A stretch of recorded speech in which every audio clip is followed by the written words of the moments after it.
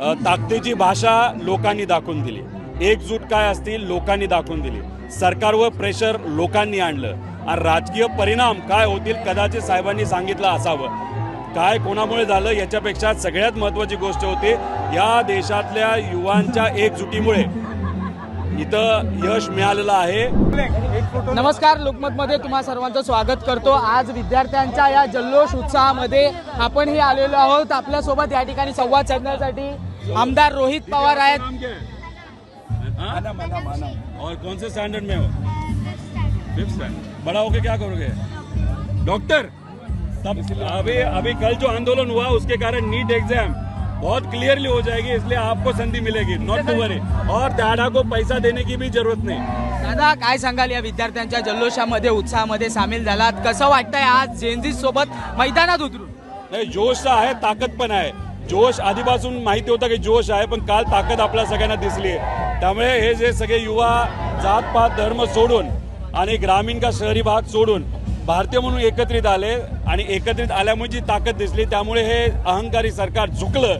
त्यामुळे झुकाने वाले कौन है तो ये युवा है और झुकने वाला कौन है तो ये सरकार है. आंदोलन कसं करावं हे विद्यार्थ्यांकडनं शिकावं. कुठल्याही राजकीय पक्षांनी देखील या विद्यार्थ्यांना शिकलं पाहिजे आंदोलन कसं करावं असं म्हटलं जात आहे. तुम्हाला काय वाटतं?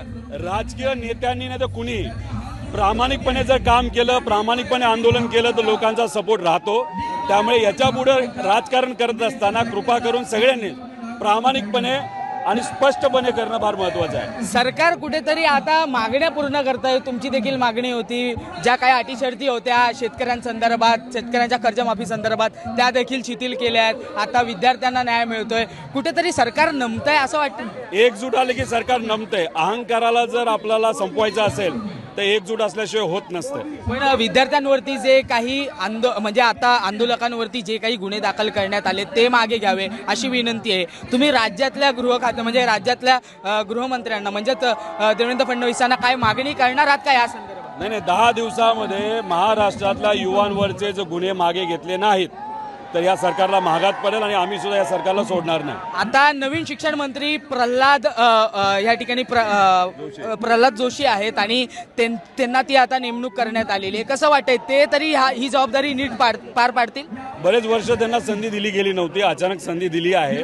ते अचानक दिली, तात्पुरती दिली का काय हे आपल्याला बघावं लागेल. पण महत्त्वाचं काय की त्या पदावर नाही तर कुठल्याही पदावर याच्या पुढे कुठलाही मंत्री जर काम करत असेल तर त्याला जबाबदारीने काम करावं. आणि दीपकेला काय सांगाल? दीपके सोबत तुम्ही होतात, दीपके सोबत तुम्ही आंदोलन संभाजीनगरमध्ये केलं, दीपके तुमचा मित्र झालेला आहे, त्या मित्राला यश मिळालंय आणि काय सांगाल? एक तर सुरुवातीला आरोग्याची काळजी घ्या, टायफॉइड झालाय त्यांना आणि त्याच्यात त्यांनी लवकरात लवकर बरं व्हावं. याच्या पुढं युवांचा कुठलाही विषय असेल तेव्हा सगळ्यांनीच म्हणजे सामाजिक संघटना असतील, राजकीय नेते असतील, नाही तर लोक असतील, यांनी एकत्रित येणं महत्त्वाचं. याच्या पुढे सुद्धा एखादा देशासाठी आणि राज्यासाठी महत्त्वाचा विषय असेल त्यात आम्ही एकत्र नक्कीच येऊ शकतो. पवार साहेबांचा ह्यामध्ये मुख्य रोल होता असं म्हटलं जात आहे. मोदींना भेटले, मागण्या सांगितल्या असं. ताकदीची भाषा लोकांनी दाखवून दिली, एकजूट काय असतील लोकांनी दाखवून दिली, सरकारवर प्रेशर लोकांनी आणलं आणि राजकीय परिणाम काय होतील कदाचित साहेबांनी सांगितलं असावं.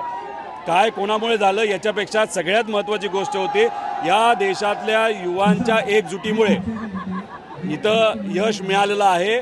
धर्मेंद्र प्रधानला राजीनामा त्या ठिकाणी द्यावा लागला आणि पवारसाहेब नेहमी आपण बघितलेलं आहे युवांचे असो, विद्यार्थ्यांचे असो, शेतकऱ्यांचे असो, हे प्रश्न चर्चेतून बोलून कुठेतरी पुढाकार घेऊन डिप्लोमसीतून सोडवण्याचा प्रयत्न नेहमी ते करत आलेले आहेत. आणि या विद्यार्थ्यांवरती जो काही दबाव टाकला जातोय पोलिसांपैकी काही लोक म्हणतायत 50 ग्राम की पुडी जेब में डाल दूंगा. त्यानंतर काल काही राजकीय नेते आहेत ते विद्यार्थी जात होते आंदोलनावरतून, त्यांना म्हणजे मारलंय बेदम. कसं पाहता याकडे? म्हणजे लोकशाही आहे म्हटलं जातं. भाजपचे कुठेतरी हिंदुत्व एक संघटना आहे, त्याचा तो पदाधिकारी होता. लोकांनी त्याला सुद्धा मुस्काडीत काल मारले असं आपल्याला म्हणावं लागेल. त्याला एवढं सांगायचंय, एवढं बकबक करण्यापेक्षा प्रभू श्री रामजींच्या मंदिरामध्ये जो भ्रष्टाचार झाला 1500 कोटीचा, त्याचं तुम्ही काय करणार हे आधी बघा. उगाच इकडे तुम्ही तोंड उघडू नका. अजून एकदा तोंड उघडलं तर अजून एक कानाखाली लोक देतील. जेनजी स्टाईल मध्ये पुन्हा सरकारला काय उत्तर द्या? जेनजी स्टाईल मध्ये काय देणार? अगर आता काय म्हणणार, आम्हाला तुम्ही हलक्यात घ्याल तर तुम्हाला आम्ही घरी पाठवू.